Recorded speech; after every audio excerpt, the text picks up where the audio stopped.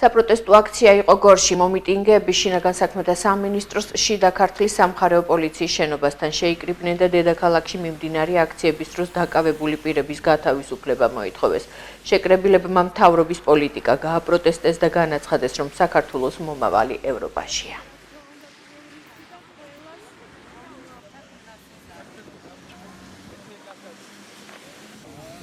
Მოვითხოვთ ამ უსამართლობის დასრულებას, ეს არ შეიძლება გაგრძელდეს, უბრალოდ წარმოუდგენელია და აი ვთქვი კიდევაც რომ უბრალოდ უკანონობა კანონობს სასამართლოში.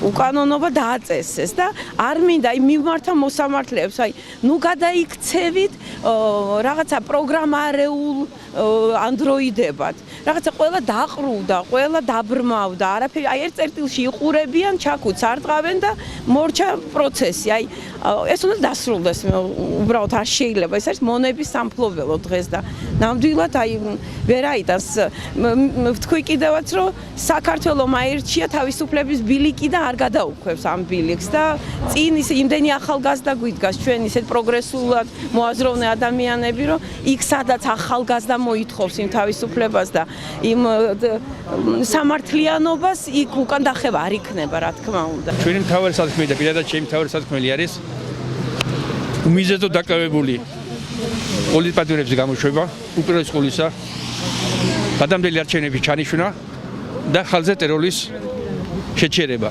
უბრალოდ გული მტკივა, ძალიან მტკივა გული, რომ ამართლებენ შაჰაბასის სიტყვებს. შაჰაბას რომ კითხეს, როგორ შეიძლება ქართველი დამარცხესო? ქართველი ეს ქართველი დაამარცხებსო.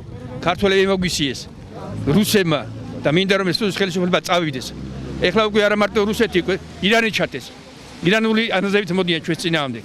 არ გამოუვათ. ბრძოლა უკვე პრომისია, მაგრამ ბრძოლა დამთავრდება ქართველი ერის გამარჯვებით. თავარი მოთხოვნა გვაქვს ტყვეების განთავისუფლება, ყველა ტყვის განთავისუფლება და მით უმეტეს კაცრაძე არის ჩვენი ვეტერანი და მოვითხოვთ უკანონოდ პატიმრების განთავისუფლებას.